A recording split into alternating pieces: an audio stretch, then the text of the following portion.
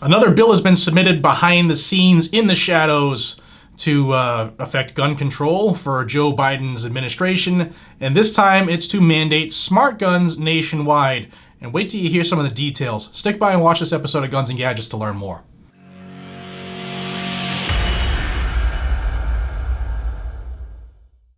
Hey everybody, welcome back to Guns and Gadgets, your premier source for Second Amendment news. If it's Second Amendment news you're after, you have found your home.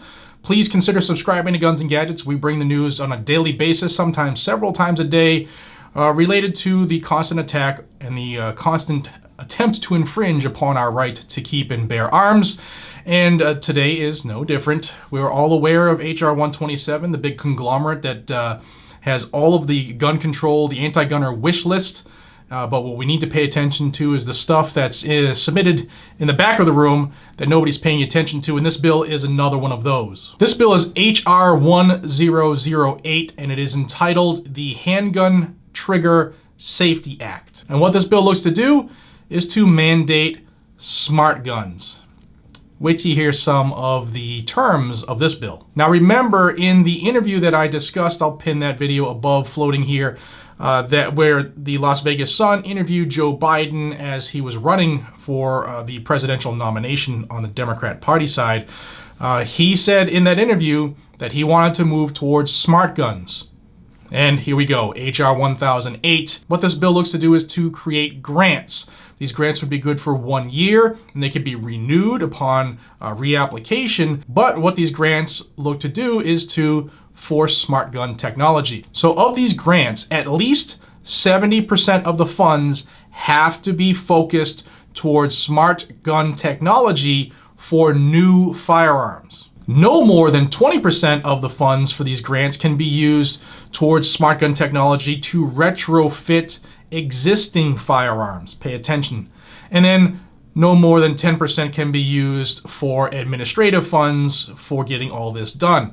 So at least 70% has to be for new guns that aren't even on the market yet, and no more than 20% for the hundreds of millions of existing firearms in the market now. And then the terms, should this become law, are extremely concerning. I mean, this makes California look like a gun-friendly state. So 5 years after this bill, if it were to become law, every gun sold in the United States as a new firearm has to be a smart gun. Every single one of them.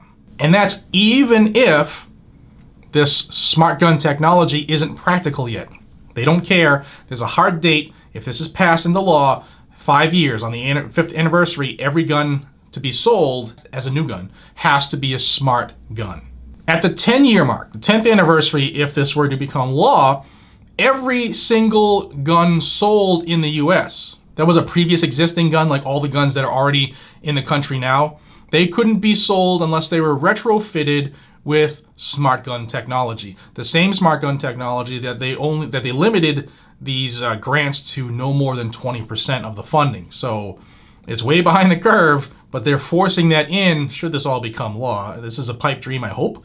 But at the 10-year mark, you couldn't sell anything in your collection to anybody unless it was retrofitted to be a smart gun. And the interesting part, if you read this bill, the cost of the retrofitting is on the manufacturer. So we send a request to Smith or Glock or whoever, and they have to bear the cost. You send your gun in, they have to complete it in a reasonable amount of time, and they can't bill you for it. And then they have up to 1 year to submit a reimbursement request to the government.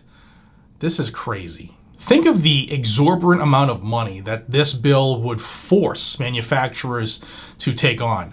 And the way that this bill is structured, these grants can only be given to like a government, like a state, or to a nonprofit or for-profit company, or a university. And that's all that could, not that there is much more if you think about it, but that's the way it's structured.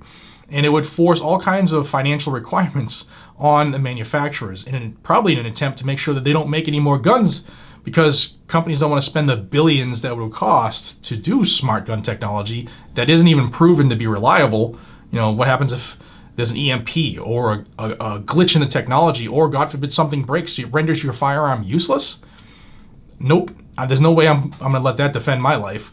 But this is what this bill is looking to do: force smart gun technology into the United States nationwide. This bill again is HR1008, the Handgun Trigger Safety Act. I will have it linked down below. And if you made it this far, guys and gals, please check out Big Daddy Unlimited. They are a supporter of guns and gadgets. It is like the online super gun shop. You'll find a lot of things on there that are typically a lot lower of a cost than you can find at most other places. The first month is 99 cents to join. Look around, buy whatever you want. If it's right for you, you stay on and it goes up to less than $10 a month. But if you buy things, it's absolutely worth it. My wife is upset because I keep buying stuff there, but you save money if you absolutely utilize it. If you don't buy things regularly, it might not be the best for you, but for 99 cents, check it out. I want to thank Big Daddy Unlimited for supporting the channel. And until we see each other again, everybody, please be safe, absolutely stay vigilant, and carry a weapon. Take care, everybody.